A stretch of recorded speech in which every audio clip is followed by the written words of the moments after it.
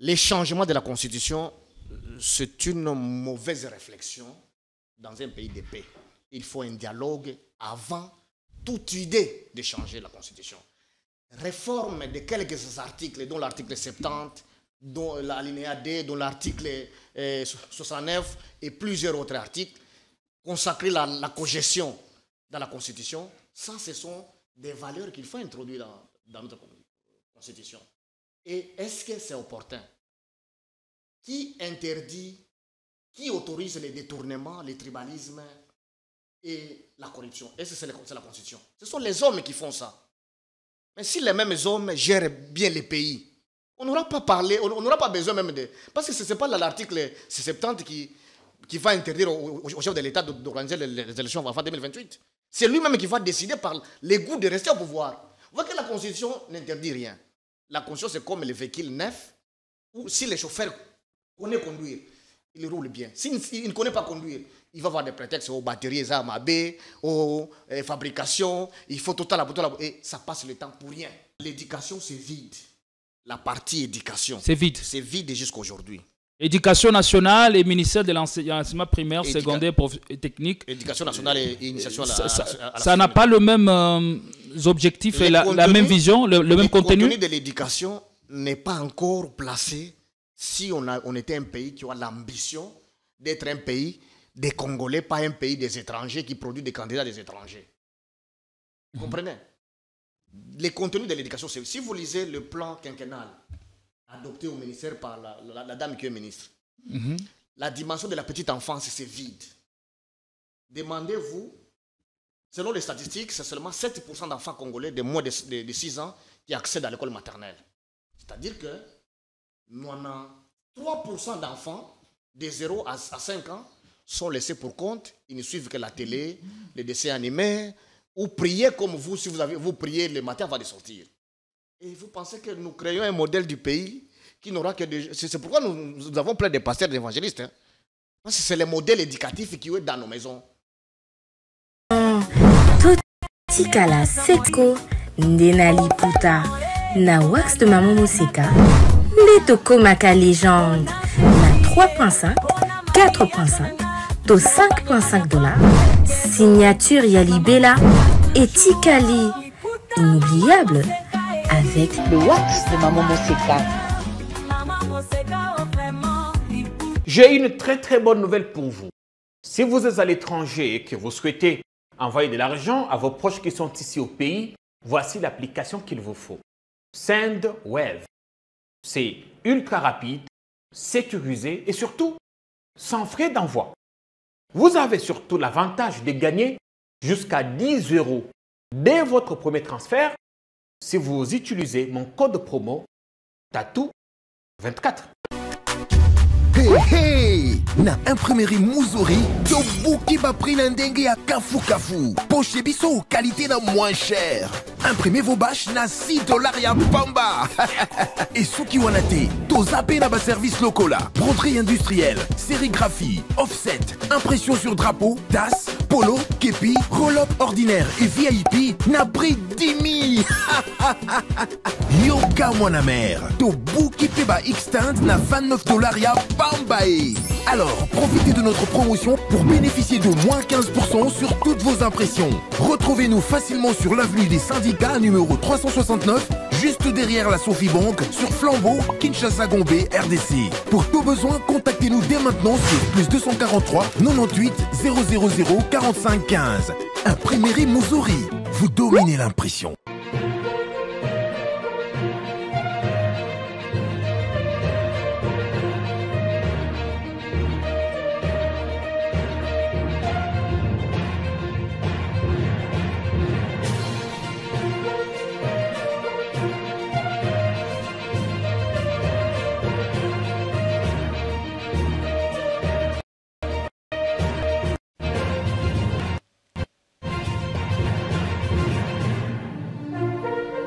Les réformes sont si capitales qu'elles doivent refléter la vision que nous avons, la vision du lendemain, la vision de ce grand Congo que nous aimons, le seul patrimoine que nous partageons en commun.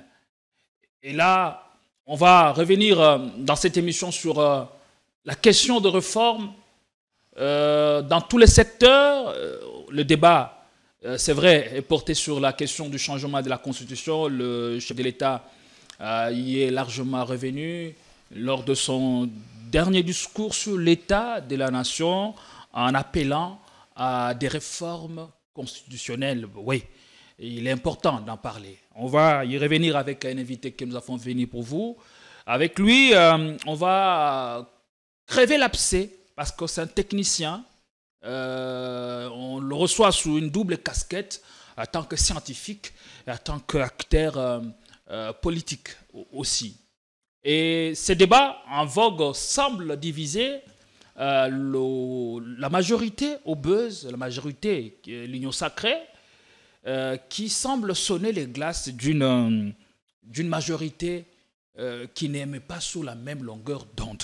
On va largement y revenir avec beaucoup de précision des détails. Pour en parler, on reçoit ce matin un des visages qui fait partie de la crème scientifique en République du Congo.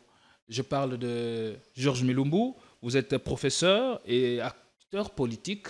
Comment allez-vous et quelles sont vos impressions chez nous? On est content de vous avoir ce matin. Merci beaucoup pour l'opportunité.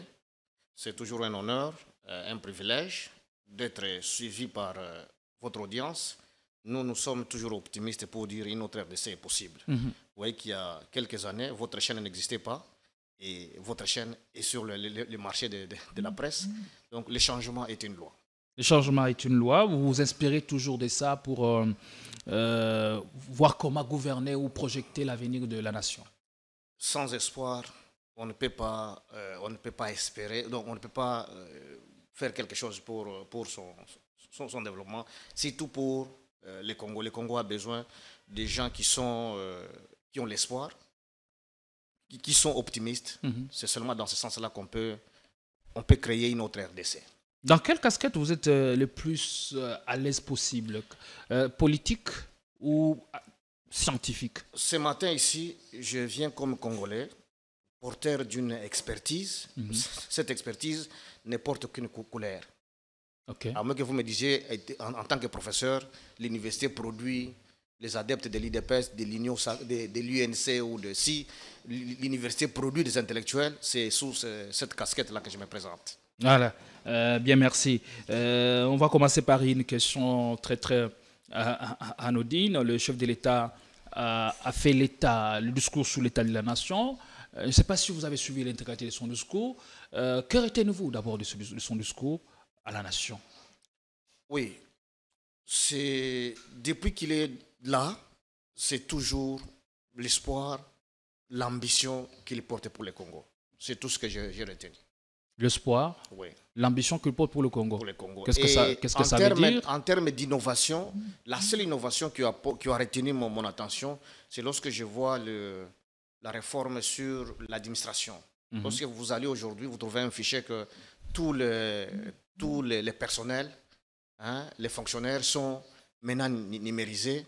C'est déjà, ce sont là les avancées pour, disons, une autre RDC. Par exemple, ça, je pense, c'est une réalisation qu'on peut porter dans son bilan. Et il y a certains Congolais qui pensent que son discours n'avait rien à voir avec l'État sur la nation. C'est votre avis également? L'État sur la nation, c'est la situation sécuritaire, la situation économique du pays. C'est ça. Qu'est-ce qui est fait? Et qu'est-ce que nous allons... Parce que l'état de la nation, c'est dire, nous sommes à tel niveau par rapport à la situation de la guerre. Voilà, nous avons fait ABCD et nous comptons faire ça. Cette logique-là, je ne l'ai pas senti. J'ai senti plus, disons, l'ambition de faire. Au lieu de répéter les termes du commun des mortels. On est resté dans la projection. Qui parle des promesses, moi je dis c'est l'ambition de faire. Voilà. Et est-ce que... Il est vrai que l'adresse à la nation du chef de l'État est une obligation constitutionnelle à laquelle il doit se plier une fois l'an. Est-ce que lorsqu'on fait un discours sur l'état des nations, on fait l'état des lieux, les réalisations, et que le peuple a été laissé pour compte? Les peuples ne se retrouvent pas dans vos multiples réalisations. Est-ce qu'à ce moment-là, ce discours est le bienvenu ou c'est un discours pour vendre encore du vent aux Congolais? Bon, moi, je ne sais pas dire qu'il vend du vent aux Congolais. Le problème, c'est que c'est un discours encore ambitieux, comme si nous étions au début du mandat ou dans une période de campagne électorale. Voilà les termes que moi, je peux utiliser. Et là, ça laisse les Congolais dans l'espoir de dire que voilà, notre président va construire 38 000 kilomètres, c'est-à-dire 100 et quelques mille kilomètres par mois pendant les 12 mois. Espérons que cela va arriver. C'est réalisable. Bon, qu'est-ce que vous voulez? Si on met les Congolais au travail, on peut réaliser. Si on réduit moins la corruption, moins le clientélisme, moins le tribalisme, parce que ce sont les trois antivaleurs qui constituent l'équilibre de nos institutions. Si tu n'es pas dans le tribalisme, tu es dans le clientélisme ou dans la corruption. Est-ce que c'est de ça que souffre l'ambition du chef de l'État? C'est ça. Et, disons, imaginez si avoir tous les projets qui ont été initiés au début de son mandat, si les projets de 100 jours se réalisaient, ne fût-ce qu'à 60%. Tu les gelous à quelques pourcentages. Et les autres, il a initié beaucoup de projets et de très bons projets. Si cela était accompagné par un bon capital humain, les chefs de l'État, même les débats sur la réforme de la Constitution n'auraient pas l'ampleur que le niveau de débat où nous l'amenons. Parce qu'il y a des choses, quand on a faim, on réduit même la haine contre les gens. On s'occupe moins des critiques des gens. Mais lorsqu'on on est vraiment affamé. Mais c'est tout mouvement, même les regards, on l'interprète mal. Vous voyez, donc c'est aussi le cas du débat sur la réforme de la Constitution. C'est parce que on a plus tapé à côté. On a créé encore le capitalisme sauvage au Congo, où c'est la minorité qui devient qui doit dicter la loi, qui devient sauvagement riche. La justice n'est plus équitable. Et ça fait que lui-même l'a dit que la justice est malade. Or, le plus grand médecin, c'est le chef de l'État. Et le plus grand microbe qu'il faut éliminer, c'est le chef de l'État. Et parlant de projets qui ont été lancés sous Félix Tshisekedi, on a vu des projets se succéder, des projets être lancés pour de résultats qu'on ne sait à peine trouver sur le terrain, pour des réalisations qu'on ne sait à peine trouver sur le terrain. La question, c'est de savoir, est-ce qu'on a appris des erreurs du passé pour rectifier les tirs? Bon, le problème, c'est qu'on ne se rend pas compte. Celui qui ignore ne se rend jamais compte qu'il est ignorant. Il faut que les autres qui l'observent, qui constatent qu'il est ignorant. Le Congo souffre d'un problème de capital humain.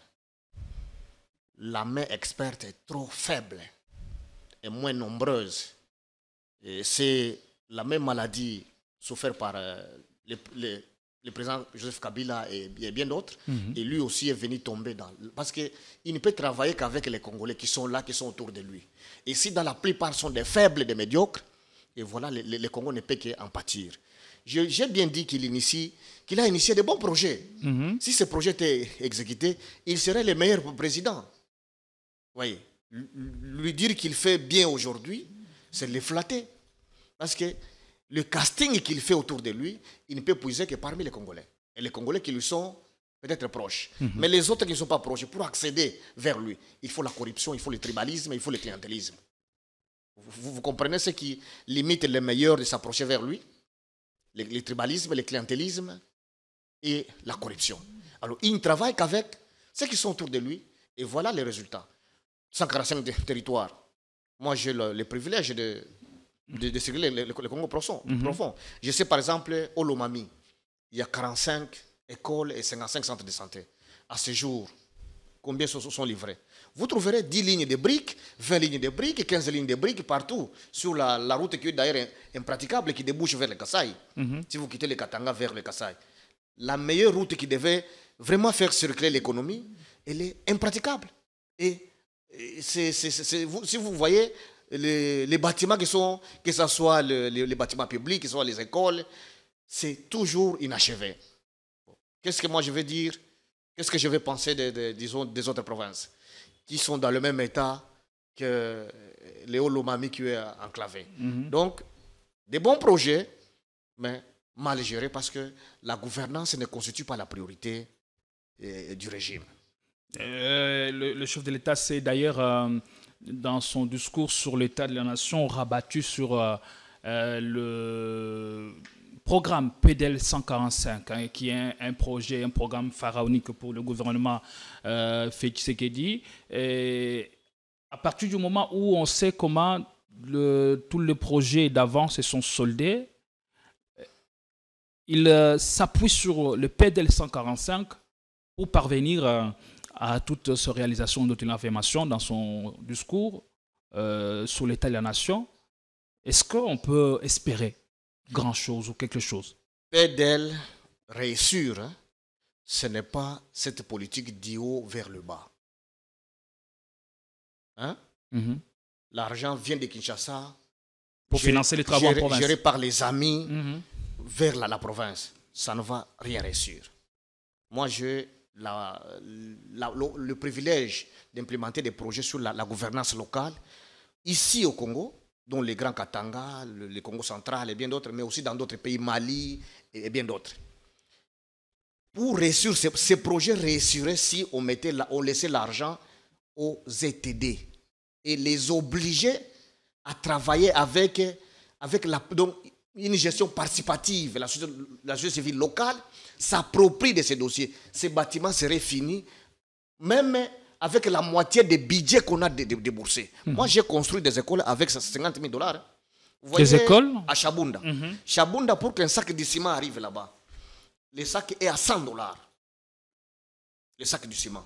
C'est par avion que ça doit aller et ça coûte cher. Mais nous avons réussi à construire des écoles avec 50 et 100 000 $. Une école de 50 000 $, de quel standard? Qu'est-ce que vous appelez standard lorsque nous avons plus ou moins 57 000 écoles, dont seulement 15% est en dur? Qu'est-ce que vous appelez standard dans ce cas-là? C'est pourquoi nous imitons les modèles de développement de Belgique et de la France au lieu de créer notre propre modèle de développement. Lorsqu'on doit verser 200 000, 300 000 à une école de Ingende, et si vous allez voir l'école de 200 000, vous allez regretter.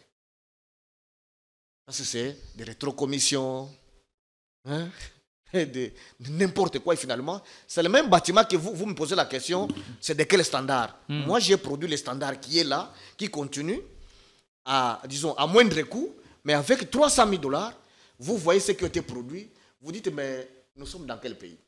Donc, PDL réussir, c'est remettre les pouvoirs aux ETD et obliger une gestion participative. Pas une gestion qui vient de Kinshasa, un conseiller en veste et cravate avec beaucoup d'influence, il laisse ce qu'il peut laisser et il retourne avec ce qu'il peut retourner. Vous voyez? Donc, la gouvernance locale reste maintenant une voie pour réussir. Même dans un seul mandat, dans ce qui reste pendant cette période ici, le président Félix peut faire mieux. Je connais ce qui se passe dans les ETD qui reçoivent des redevances minières. Je peux prendre le cas de la commune de Fungurume, qui a un budget de plus ou moins 20 millions de $ par an. Et vous trouverez que jusqu'à aujourd'hui, depuis Kabila jusqu'à aujourd'hui, ils n'ont construit que 4 écoles avec des budgets de 20 millions par an. Cet argent va où? Quelle est la priorité dans ça? Alors, si je vous comprends bien, pour donner du souffle à ces programmes de PDL 145, il faut changer des politiques. Le remettre entre le maître de la gestion locale. Et bon, à partir de cet instant, comment on l'évalue? Et bon, peut-être la question, on la posera un jour aux responsables. Mais vous, comment vous l'évaluez pour qu'aujourd'hui, qu'on espère ou qu'on se rabatte sur ça pour espérer changer la donne dans nos provinces? c'est ce que je dis, au lieu que je reste dans les analyses, je donne des propositions concrètes. Certainement, beaucoup qui nous suivent ne peuvent pas comprendre. Et ça, c'est comme si je suis en train de parler de la magie. Vous voyez, j'ai accompagné des secteurs au Katanga. Vous voyez, le secteur de Balamba, qui a construit 24 écoles. 24 écoles, c'est plus ou moins un budget de 6 millions. Et avec d'autres réalisateurs qui payent les enseignants avec une prime de $150 par mois. Pendant qu'ailleurs, on crie, on attend que la République paye les enseignants, que la République construise les écoles. Mais un secteur construit 26 écoles. Ce secteur-là n'a plus besoin d'écoles à construire. Pourquoi? Parce qu'il y a cette gouvernance locale-là. Je ne sais pas si vous comprenez. Cette gestion participative avec la communauté locale. Promouvoir l'économie locale, l'entrepreneuriat local. Mais pendant que nous avons des bonnes pratiques au Congo, mais les pays choisissent les pratiques anciennes et étrangères, où les marchés se distribuent entre les amis et copines ici, qui restent avec l'argent. Moi aussi, j'ai déjà postulé dans les histoires de 145 territoires. Mais comme je ne suis pas de la langue des gens, je n'ai pas trop promis. Oui, je t'ai dit, je n'ai pas trop promis. Et voilà, je n'ai pas eu les marchés. Mais si vous voyez les écoles qui se livrent, par rapport à quelqu'un qui a eu des millions de dollars pour livrer et pourtant, vous avez un CV à revendre. Bon, vous voyez, le problème, c'est que c'est pourquoi, lorsque j'ai dit que le Congo, son équilibre repose sur la corruption, le tribalisme et la corruption, les gens ne peuvent pas comprendre lorsque nous vivons des réalités comme maintenant opérateur. Parce que je suis un opérateur économique dans ce pays. Vous voyez, je donne des emplois et je paie les taxes qui contribuent au voyage du chef de l'État et même au PDL. Opérateur économique, opérateur aussi culture, voilà. social. Alors, connaissant cette réalité, c'est pourquoi je dis PDL réussir, c'est remettre les pouvoirs. La question, vous l'évaluez à combien aujourd'hui? À quel taux? Vous l'évaluez à combien de taux de réalisation? Est trop faible à l'image des ouvrages qu'on a pu voir ça et là. Je dis bien que si vous allez de manière concrète du Haut-Katanga vers les Olomami, vous ne trouverez aucun bâtiment achevé. Mais tous les bâtiments sont à 10 briques, 20 briques. Soit c'est la charpente. Comment je peux évaluer 6 ans après? Parce que le premier mandat du chef de l'État est fini. Tout l'argent était décaissé pour ces ouvrages. Lorsque je dois évaluer comme expert, c'est l'échec. C'est l'échec.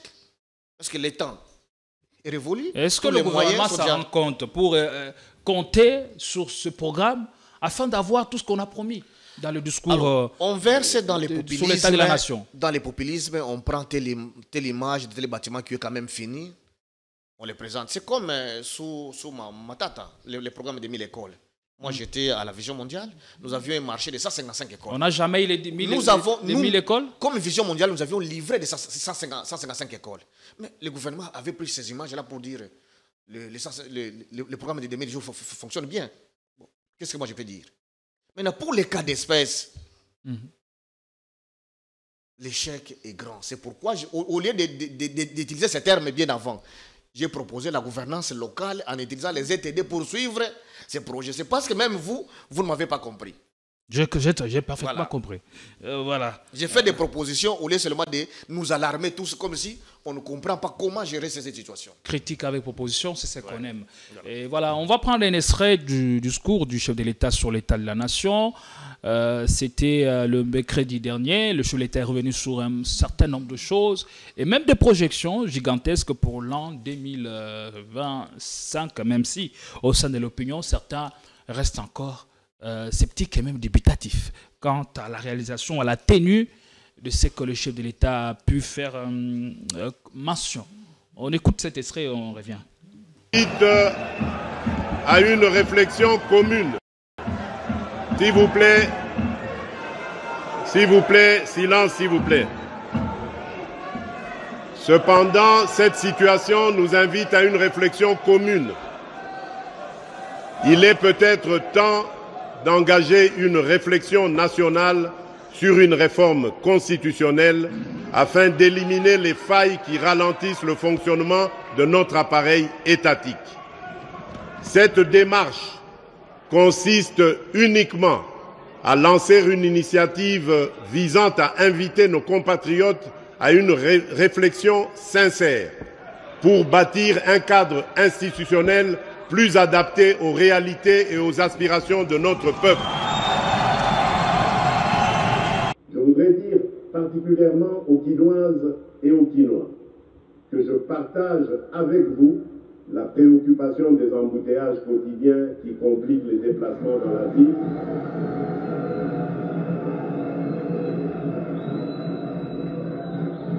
La préoccupation des embouteillages quotidiens qui compliquent les déplacements dans la ville et augmentent le coût de la vie pour nos concitoyens. J'ai instruit le gouvernement de procéder à une évaluation approfondie des mesures existantes et de proposer dans les jours à venir des améliorations ou ajustements significatifs pour remédier à cette situation. Honorable, pour l'année 2025, avec le gouvernement, je m'engage à réhabiliter 38 000 km de routes de desserte agricole prévues dans le PDL 145T et 11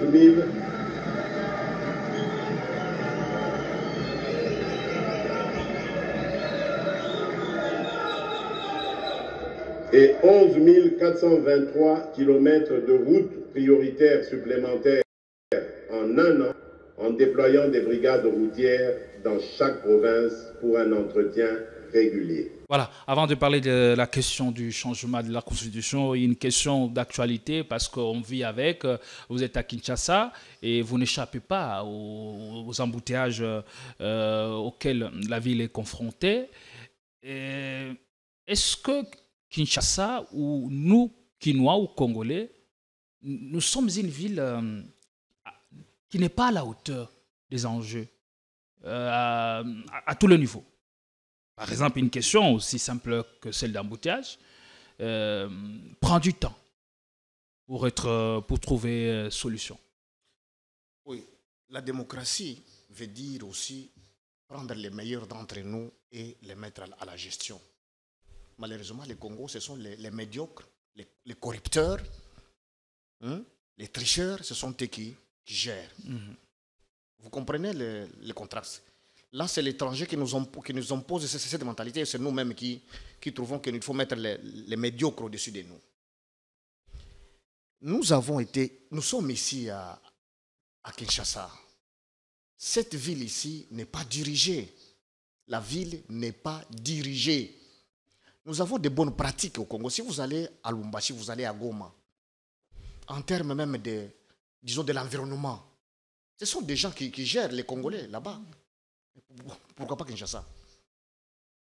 Au début du mandat du chef de l'État, nous avons décrié les projets de, même par exemple, les sauts des moutons. Nous avons dit... Notamment, c'était pour lutter contre les embouteillages. Cet argent-là, construisez les routes secondaires.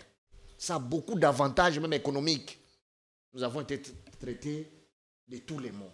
Vous voyez même les cas ici à Kinshasa, Victoire. À un moment, il y avait beaucoup d'embouteillages, mais lorsqu'on a créé des avenues secondaires, c'est des rares des fois que vous trouviez encore un embouteillage monstre au niveau de Victoire. Mais ceux qui ont vécu à Kinshasa comprennent ça. Au niveau des ponts Matete. Lorsqu'on a construit les vrais sauts de moutons au pont Matete. Pas les sauts de moutons des bonhommes. Mais là, il y avait un embouteillage monstre lorsque nous on venait à Kinshasa ici. Mais aujourd'hui, c'est vraiment du passé. Tout celui qui vient aujourd'hui ne peut pas se rendre compte qu'au pont Matete, il y avait beaucoup d'embouteillages. Mais lorsqu'on utilise l'incompétence, on utilise le clientélisme dans tous les marchés, quel est le résultat? Kinshasa n'est pas géré. La nomination des gens, toujours le clientélisme. Kinshasa n'est pas géré. Kinshasa n'est pas géré. À quel niveau résulte le problème? C'est lorsqu'on met des gens sans ambition à la hauteur de la province, c'est aussi un problème. Lorsque la province a un budget... À la tête de la province, on ne nomme pas, mais ce sont des gouverneurs qui sont élus par les assemblées provinciales. Je dis bien, il faut élire les meilleurs d'entre nous. C'est toute la pratique du tribalisme, du clientélisme et de la corruption. Vous voyez, on donne des jeeps aux députés. Vous pensez que c'est parce qu'ils sont beaux que les autres députés des autres provinces? C'est pour qu'ils élisent celui qui est voulu par les pouvoirs. Maintenant, les conséquences du clientélisme se payent cash. Vous comprenez? Lorsqu'un gouverneur vote un budget de 11 milliards, nous sommes à une population estimée à 15 millions. C'est-à-dire que vous et moi, nous vivons de 0,4 $ par jour. Est-ce que ce gouverneur a l'ambition, à la grandeur de cette province ici? Vous pensez qu'on peut une fois balayer la route avec ça? Est-ce que il faut avoir des gens qu'il faut, malgré que... La problématique d'embouteillage à Kinshasa, est-ce que c'est une responsabilité qui incombe au gouvernement provincial ou c'est une responsabilité au niveau national? Parce que là, on voit même le gouvernement national s'activer à trouver des solutions à cette question. Mon cher, vous savez, dans la théorie de Maxwell, les problèmes matériels sont à 90%. Mais les problèmes humains sont à 10%. Si vous trouvez la solution au 10%, les 90% trouvent des solutions de soi. Qu'est-ce que je vais dire par là? Vous voyez prenons le cas de Matadikeba. Vous savez que c'est un endroit où il y a beaucoup d'embouteillages, non? Mais lorsqu'il y avait cette dame, colonel Lili, l'embouteillage c'était vraiment du passé. Hein? Mais aujourd'hui, il y a encore un colonel occupant les mêmes fonctions avec le même nombre d'éléments. Pourquoi il y a encore des embouteillages? Seulement l'indiscipline. Si vous allez voir des autorités, vous diront, il est nommé par tel, son parapluie c'est tel. C'est tout ce que nous connaissons, les influences, c'est tout ce que nous connaissons. Mais le travail, les gens n'ont plus le cœur au travail. Vous voyez, les embouteillages, c'est une question d'hommes. Tous des indisciplinés. Vous voyez, même les motards, vous les rencontrez, ils se croient être fils au chef de l'État ou cousin au chef de l'État. Il ne peut rien entendre de vous. Le chef de l'État appelle. Vous aussi, chauffeur, indiscipliné. Donc, nous sommes dans un pays d'indisciplinés, du dessus jusqu'au plus bas. Et voilà pourquoi les embouteillages ne sont que la conséquence vraiment totale de ce que vous et moi, nous sommes des indisciplinés.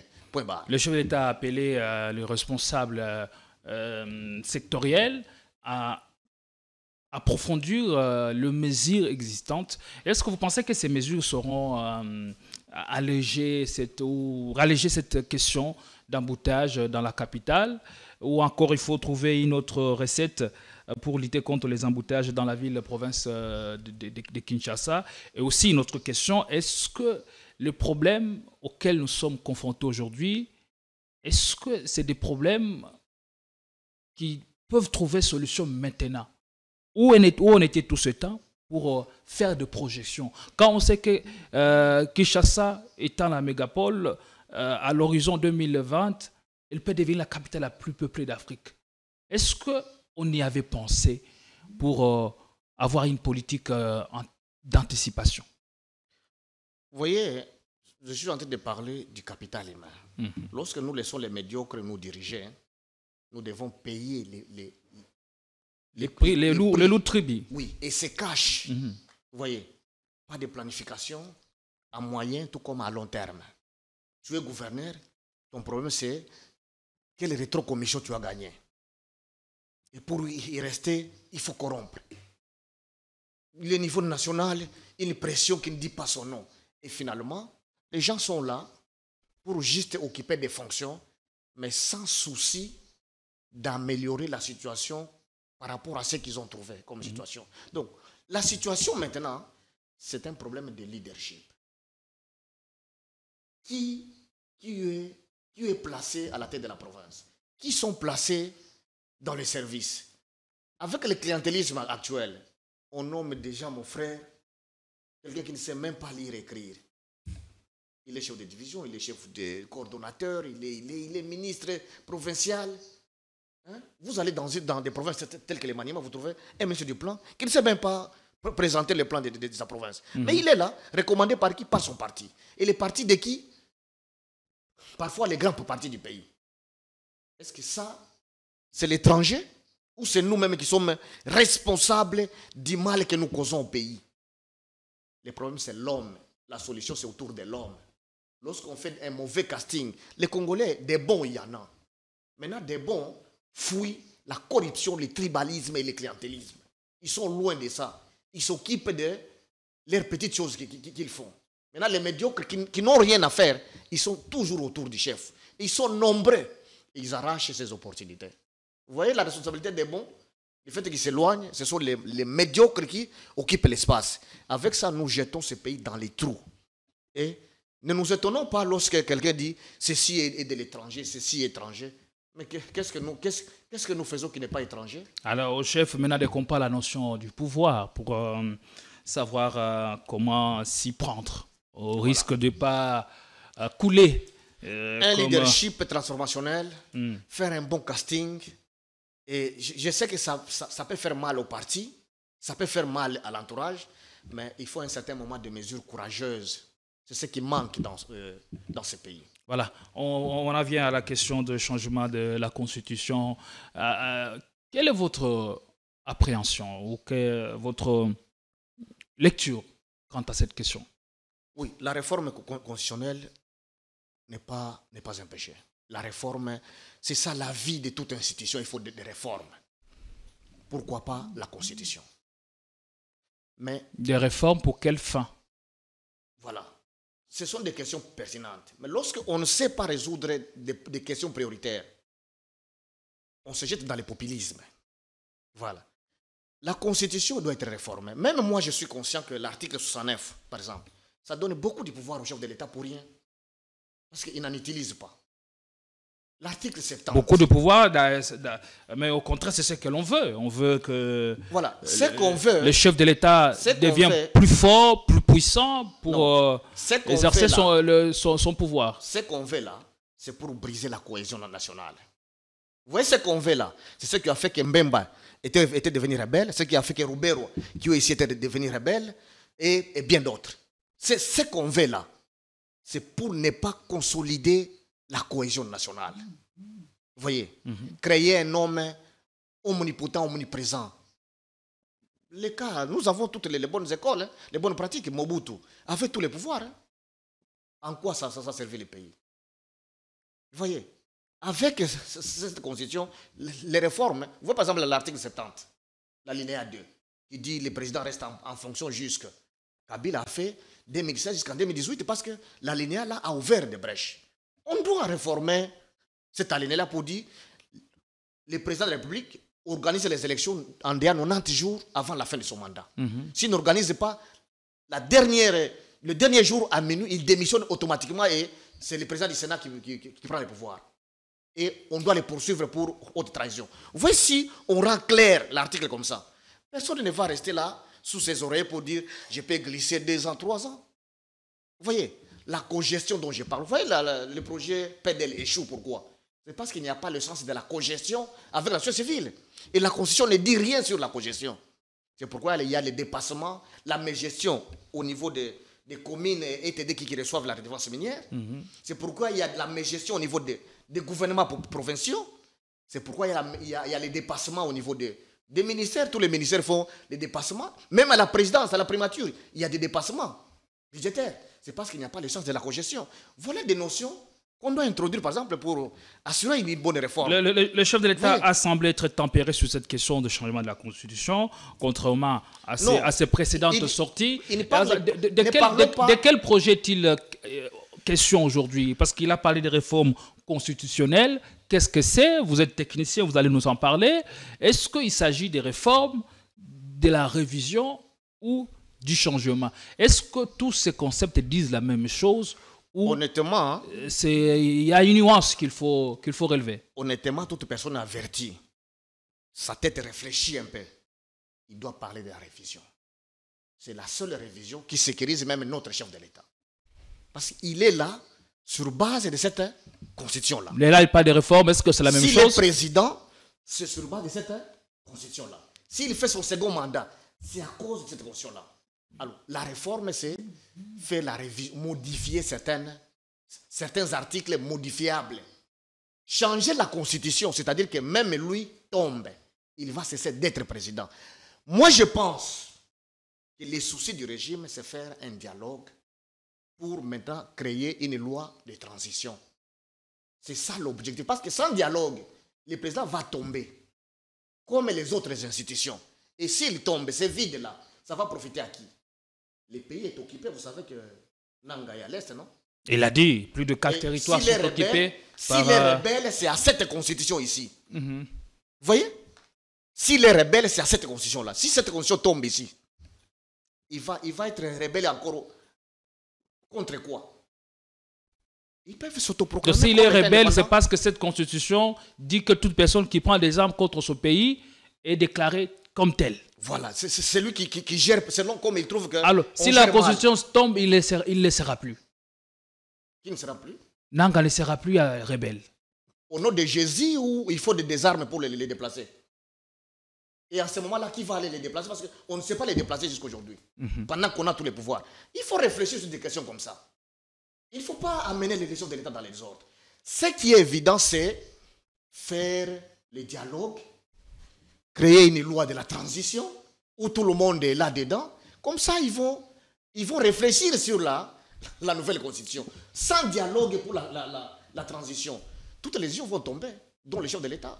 Moi, si j'ai un village qui m'écoute et j'ai des gens qui m'écoutent, je m'autoproclame aussi, comme président de la République. Mais il parle de réforme constitutionnelle. Est-ce que c'est la même intention ou le même projet de tous les intellectuels sérieux?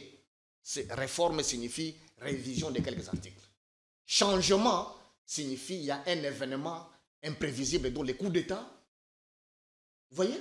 C'est seulement lorsqu'il y a coup d'État qu'il y a rupture de la Constitution.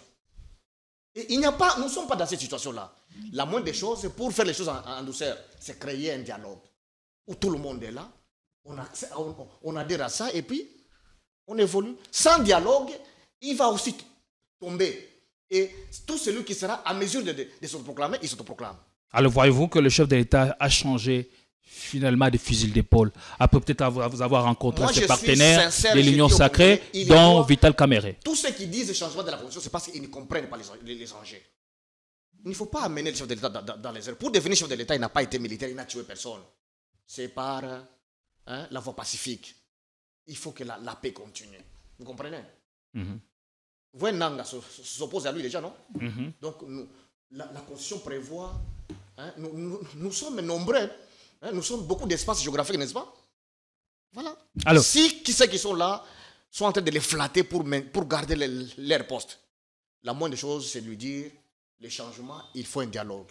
Si les autres acteurs acceptent le dialogue, voilà, ils dialoguent et ils créent une loi de la transition. Alors, sans ça, il va tomber comme tout le monde. Avec vous, on va s'intéresser un tout petit peu à un aspect.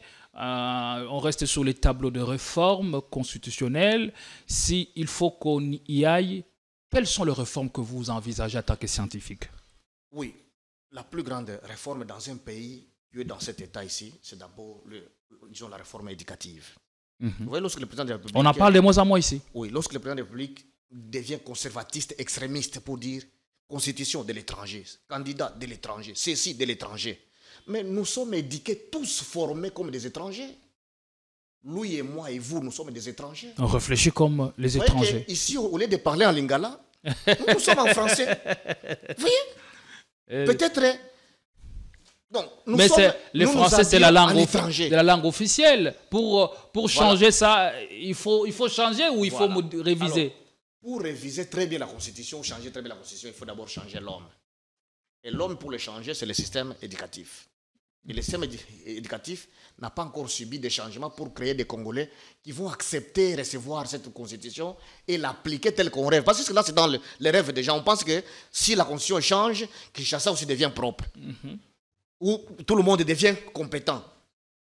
Non? Pas du tout. Pas du tout. Il faut d'abord réformer le système éducatif qui nous forme comme des petits étrangers ici. Des Belges, des Américains ici au Congo. Vous voyez, l'anglais, c'est depuis l'école maternelle aujourd'hui. Nous sommes vraiment des mercenaires formés ici. Vous voyez? Donc, la plus grande réforme, c'est la réforme du système éducatif. Quelles sont les faiblesses dont souffrent les systèmes éducatifs dont nous avons hérité des Belges? La faiblesse, c'est que nous avons un ministère de l'enseignement primaire, secondaire, maternelle, primaire et secondaire. Le ministère de l'éducation. On l'a plus. On a maintenant le ministère de l'éducation nationale. L'éducation, c'est vide. la partie éducation. C'est vide. C'est vide jusqu'à aujourd'hui.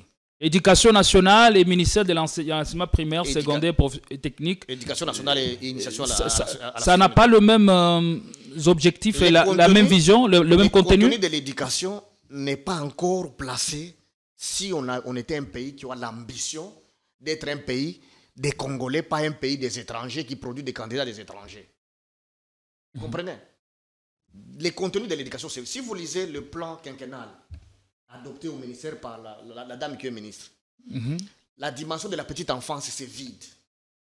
Demandez-vous, selon les statistiques, c'est seulement 7% d'enfants congolais de moins de 6 ans qui accèdent à l'école maternelle.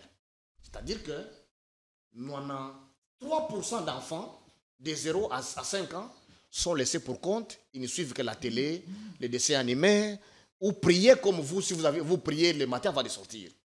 Et vous pensez que nous créons un modèle du pays qui n'aura que des... C'est pourquoi nous avons plein de pasteurs, d'évangélistes. Hein? Parce que c'est le modèle éducatif qui est dans nos maisons. Vous comprenez? Alors, ça veut dire, si je vous comprends bien, en passant du ministère de l'EPST à l'éducation nationale, rien n'a changé dans les contenus. Les contenus ne suivent pas. Mais pourquoi on a changé les terminologies alors? C'est ça la bonne terminologie qu'il fallait placer dans un pays qui se fait ambitieux comme le Congo. Malheureusement, on place des gens qui ne comprennent pas quel est le contenu à mettre. Parce que placer quelqu'un, c'est bien. Mais est-ce qu'il connaît ce qu'il doit faire? Ça, c'est une question que les politiciens ne se posent pas de questions. Ailleurs, on recrute les compétences pour des choses sérieuses. Vous voyez même ici au Congo, le ministère de l'éducation, de la santé. Vous avez déjà appris, on a pris un journaliste, on le nomme ministre de la santé.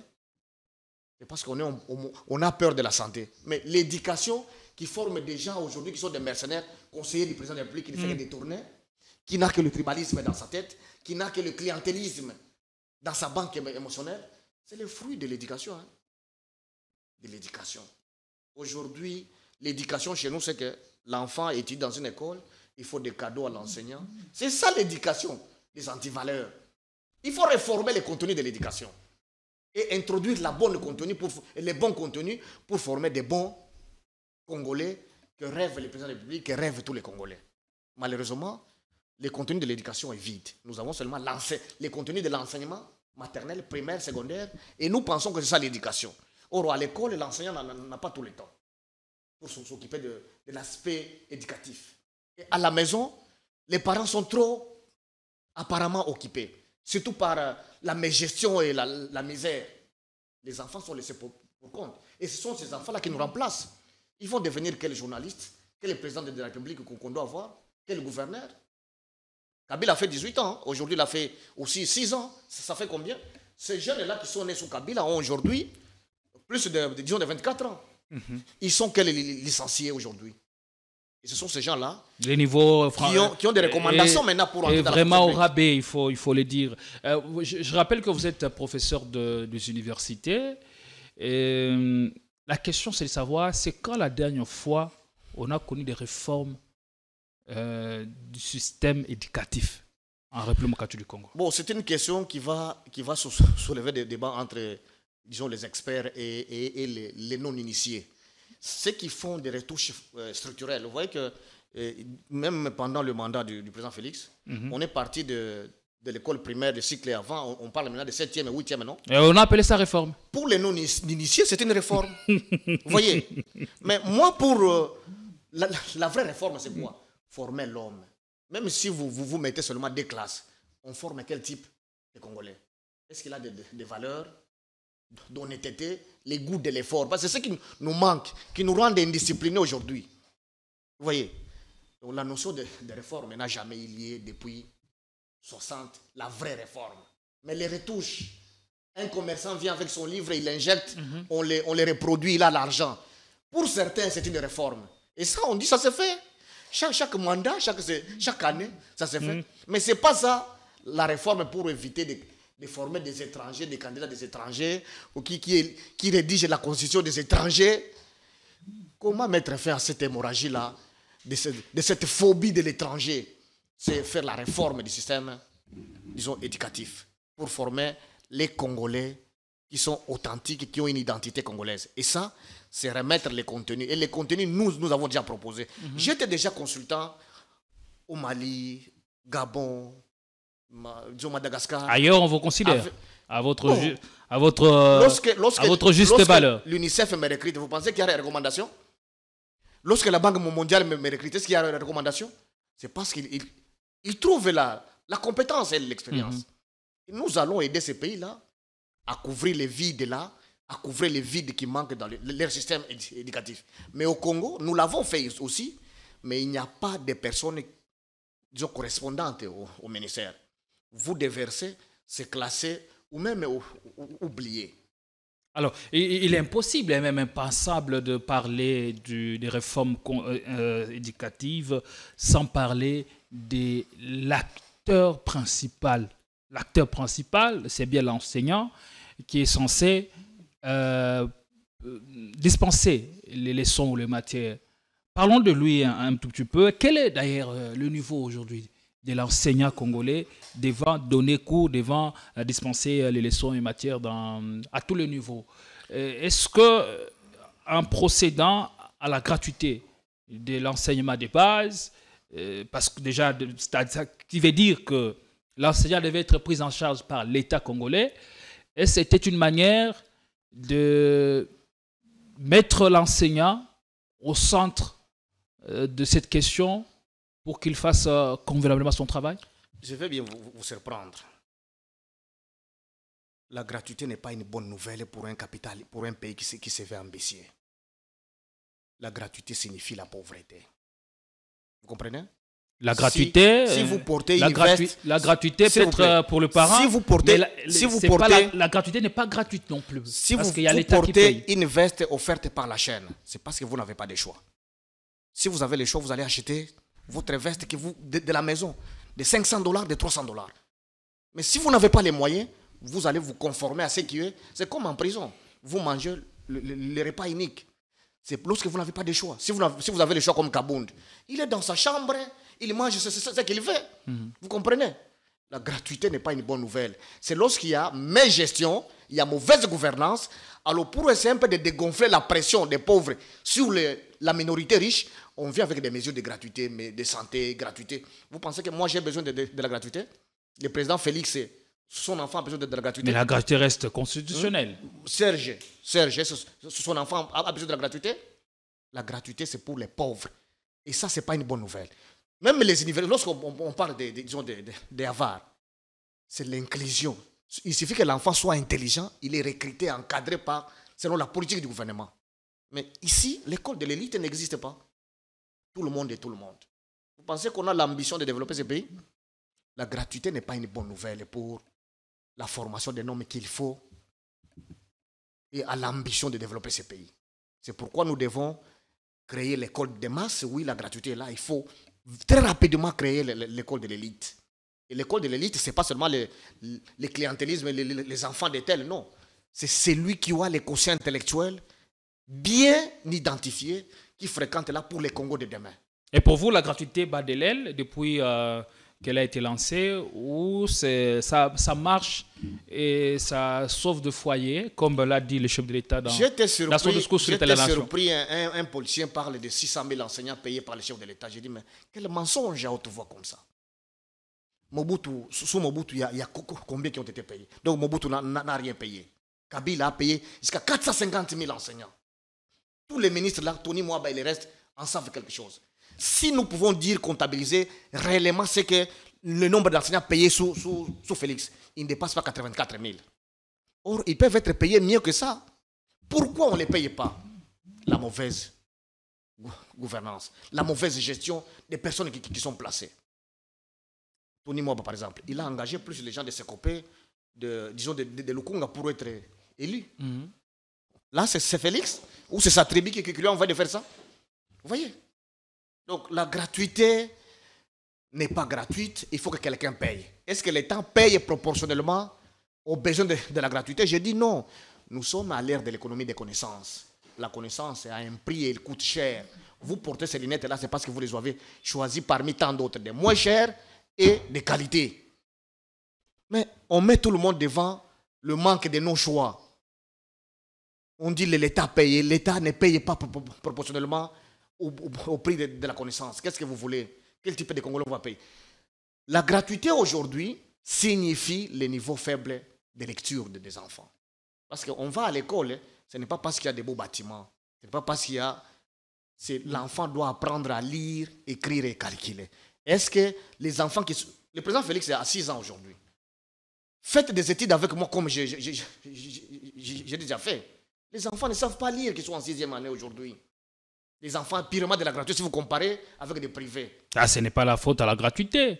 Il y a un cursus que ces enfants ont eu à suivre jusqu'à être en 6e. Mais ils sont en 6e année, le président de la République a décrété la gratuité globale. L'enfant que j'ai suivi de la première année jusqu'à... Ils sont aujourd'hui en 6e. 6e des humanités. Alors, quel cursus encore vous voulez encore penser qu'il y a un autre cursus? Vous parlez de 6e. Ce sont les enfants sous vous le parlez régime... des 6e des humanités ou 6e primaire? 6e primaire. Sous le régime, le premier mandat de 5 ans est fini et nous sommes aujourd'hui 6e année. Ces enfants sont en 6e primaire. Allez avec un test de lecture. Prenez, même vous, prenez un papier, écrivez dans votre écriture les 26 lettres en désordre. Allez dans n'importe quelle école en 3e année primaire. Demandez aux enfants de lire. Même avant la gratuité, on avait aussi des enfants qui ne savaient pas lire. Est-ce que c'est ça l'ambition d'un pays? Parce qu'ils ne savaient pas lire sous Kabila, il faut que les contenus commencent à... Vous voyez comment est-ce que vous faites partie de cette bande-là qui pense que parce que Kabila a échoué, les Congos doivent continuer à échouer et Félix est venu pourquoi? On change les gens parce que nous pensons qu'ils ont l'ambition d'améliorer les choses. C'est ça que nous devons retenir et pas donner l'impression aux chefs de l'État que... Et le mal est que ce sont des gens comme vous qui ont plus la parole qui parlent. Hein. Parce que Kabila, les gens ne savaient pas lire sous Kabila. Et vous voulez qu'il continue comme ça? Donc, on ne compare pas Kabila et Tshisekedi, mais la question c'est de savoir, même avant la gratuité, on pouvait connaître des cas des enfants qui ont du mal à lire. Alors, dans un pays qui a l'ambition, on récupère ces enfants dans les écoles, disons, d'alphabétisation. Ça, on n'en parle même pas. Vous comprenez? C'est parce qu'on n'a pas de contenu. Il fallait engager 50 000 enseignants. Vous avez appris qu'on a engagé 2 ou 3, 4 nouveaux enseignants? Donc, si je vous comprends bien, l'enseignant qui doit être au centre de tout n'a plus la même motivation. C'est pourquoi nous parlons de la révalorisation de la fonction enseignante. La qualité de l'école, toutes les études que j'ai déjà lues jusqu'à mon âge aujourd'hui comme professeur d'université, ça n'a jamais montré que la qualité de l'enseignement est liée au beau bâtiment. Ce n'est pas parce que vous construisez Mokengeli que les enfants sont capables de lire et écrire. Vous ne faites pas les préceptorats, vos enfants, les enseignants ne viennent pas enseigner chez vous. Ils se mettent devant la porte ou sous les manguiers. Et ils font leur boulot. Et l'enfant est performant à l'école, non? Cela doit apprendre même à celui qui n'a pas étudié que la qualité de l'enseignement, c'est ce qui se passe entre l'enseignant et l'élève. Mais si l'enseignant n'est pas bien traité, n'est pas bien payé, vous pensez... Qu'est-ce qui se passe? Il raconte les histoires de sa vie aux enfants. Est-ce que la qualité des bâtiments n'y est pas aussi pour quelque chose? Moi, je dis comme scientifique ici, ce n'est pas que je néglige qu'on ne construise pas. Mais je dis, aucune étude n'a prouvé que l'enfant savoir lire et écrire est lié au bâtiment. Mais ça contribue quand même. C'est lié à la capacité de l'enseignant de transférer les compétences en l'enfant qui ne connaît pas. Je ne sais pas si vous comprenez la différence de ce que j'ai chanté de dire. Bâtiment construisé. Nous avons 57 000 écoles, dont 15% sont en dur. Vous pensez que c'est sous le mandat de Félix qu'on va construire les 37 000 écoles? Ça, c'est le flatter ou mentir. Si je vous dis dans mon territoire, les écoles qui sont construites aujourd'hui, c'est grâce à l'honorable Kalumba et à moi qui vous parle. Nous faisons par la participation communautaire. Nous envoyons seulement les tôles. $500, vous achetez les mauvaises tôles de qualité de $5. Des Bukavu dans nos villages. Et les communautés fabriquent elles-mêmes des briques, ils coupent les arbres, des bancs, ils construisent des écoles où les enfants étudient tranquillement. Ils n'attendent pas vos histoires ici de 55 territoires. Parce que nous avons plus ou moins 35 000 écoles sous des pailles en daube et qui soignent à tout moment.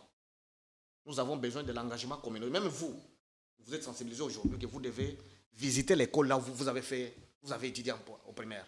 Cette école-là a besoin ne fût-ce que d'une boîte de craie. Envoyer ça au lieu de faire des dons aux pasteurs ici qui violent nos sœurs, qui détournent. Merci beaucoup. Voilà. Merci beaucoup, Georges Milumbu. Je rappelle que vous êtes professeur des universités et en même temps acteur politique.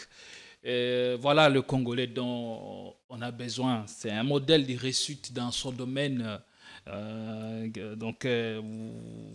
parlant, vous comprenez la pertinence, vous comprenez que c'est quelqu'un, un Congolais, qui maîtrise le domaine dans lequel il évolue depuis une certaine année. Allez, comment vous évaluez la gratuité de l'enseignement aujourd'hui? Vous l'évaluez comment? Est-ce que c'est une mesure qui doit être levée, suspendue, ou on apporte de retouches?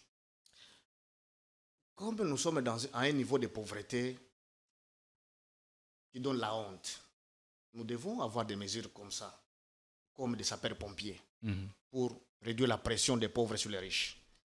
Mais nous devons avoir des mesures d'encadrement. Et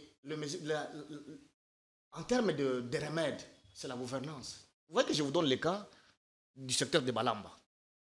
Là, ils n'ont plus besoin du pouvoir de Kinshasa parce que les écoles sont déjà au grand complet, les enseignants ont des primes, mais les autres qui reçoivent la redevance attendent de Kinshasa. Même ici à Kinshasa, toutes les communes perçoivent les taxes, non? Mais la loi sur la décentralisation leur donne le pouvoir seulement de récolter l'argent et bouffer. D'initier aussi des projets, des travaux contribuer au développement de la base. Prioriser l'éducation et la santé. Mais ils ne font rien. Les pauvres Félix, lorsqu'il se fait entourer par des frappeurs, des gens qui n'ont que la corruption, le tribalisme, voilà, nous devons payer les prix. Et moi, je suis convaincu qu'une autre RDC est possible. Allez. Le changement est une loi. Merci beaucoup, Georges Milumbo. On est arrivé à la fin de cette émission. Quel est votre dernier mot à l'intention de Congolais, à l'intention du pouvoir en place? Oui, pour les Congolais, nous devons garder l'espoir. Les changements de la Constitution, c'est une mauvaise réflexion dans un pays de paix. Il faut un dialogue avant toute idée de changer la Constitution. Réforme de quelques articles, dont l'article 70, dont l'alinéa D, dont l'article 69 et plusieurs autres articles, consacrer la cogestion dans la Constitution. Ça, ce sont des valeurs qu'il faut introduire dans notre Constitution. Et est-ce que c'est opportun? Qui interdit, qui autorise les détournements, les tribalismes et la corruption? Est-ce que c'est la Constitution? Ce sont les hommes qui font ça.